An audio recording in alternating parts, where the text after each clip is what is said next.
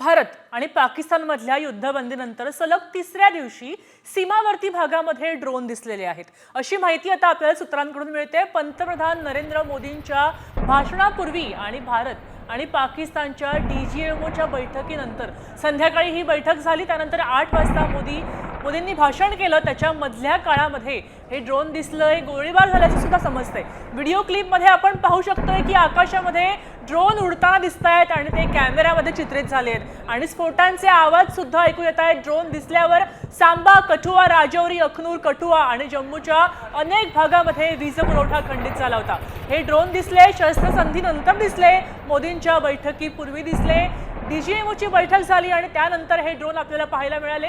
वीज पुरवठा खंडित झाला। खबरदारीचा उपाय म्हणून आता वैष्णो देवीच्या मंदिरातले आणि मंदिराकडे जाणाऱ्या सगळ्या मार्गावरचे दिवे सुद्धा बंद करण्यात आलेले आहेत। रात्रभर हे दिवे बंद होते, मात्र त्यानंतर सीमेवर कोणत्याही प्रकारच्या संशयास्पद हालचाली दिसलेल्या नाहीयेत। ड्रोन किंवा गोळीबार झालेला नाहीये। आपण पाहू शकतोय रात्री 8 पूर्वीची पण संध्याकाळी 6 नंतरची घटना आहे।